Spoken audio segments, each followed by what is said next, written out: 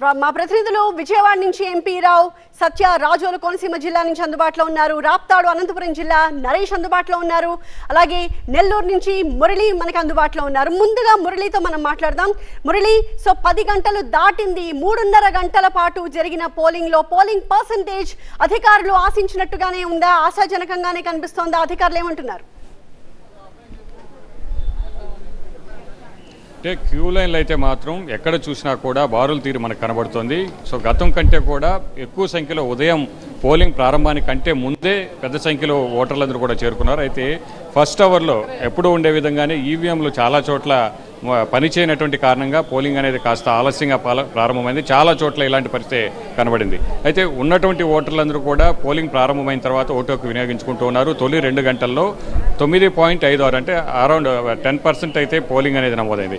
అయితే ఇంకా ఓటర్ల సంఖ్య అనేది అదే విధంగా ఉంది, ఇంకా గంటకు పెరుగుతోంది. సో మనం ప్రస్తుతం చూస్తున్నాం నెల్లూరు సిటీలో ఉన్నటువంటి జాకీర్ హుస్సేన్ నగర్లో ఉన్న పోలింగ్ కేంద్రంలో ఉన్నటువంటి క్యూ లైన్లు ఇవి. సో ఇక్కడ దాదాపు 10 పోలింగ్ కేంద్రాలు ఉన్నాయి. ఇక్కడ పూర్తిగా కూడా ఉదయం నుంచే కూడా వస్తున్నటువంటి ఓటర్లందరూ కూడా ఓటు హక్కు వినియోగించుకుంటూ ఉన్నారు. సో ఈ ప్రాంతంలో ఓటింగ్ అనేది ఎక్కువగా జరుగుతుంది. నెల్లూరు మామూలుగా సిటీ అంటేనే ఓటింగ్ శాతం అనేది చాలా తక్కువగా ఉంటుంది. ప్రతిసారి కూడా 56-57 కంటే మించేటువంటి పరిస్థితి లేదు నెల్లూరు సిటీ పరిధిలో. సో ఇప్పుడు మనం చూస్తుంటే క్యూ లైన్లో ఉన్నటువంటి ఓటర్లందరినీ చూస్తే ఓటింగ్ శాతం అనేది ఈసారి బాగా పెరిగేటువంటి అవకాశం ఉంది. అందులో నెల్లూరు సిటీ, నెల్లూరు రూరల్లో ఉన్నటువంటి అర్బన్ ప్రాంతం కూడా. సో ఈ 2 చోట్ల కూడా ఓటర్ల సంఖ్య అనేది చాలా ఎక్కువ కనబడుతుంది మనకు.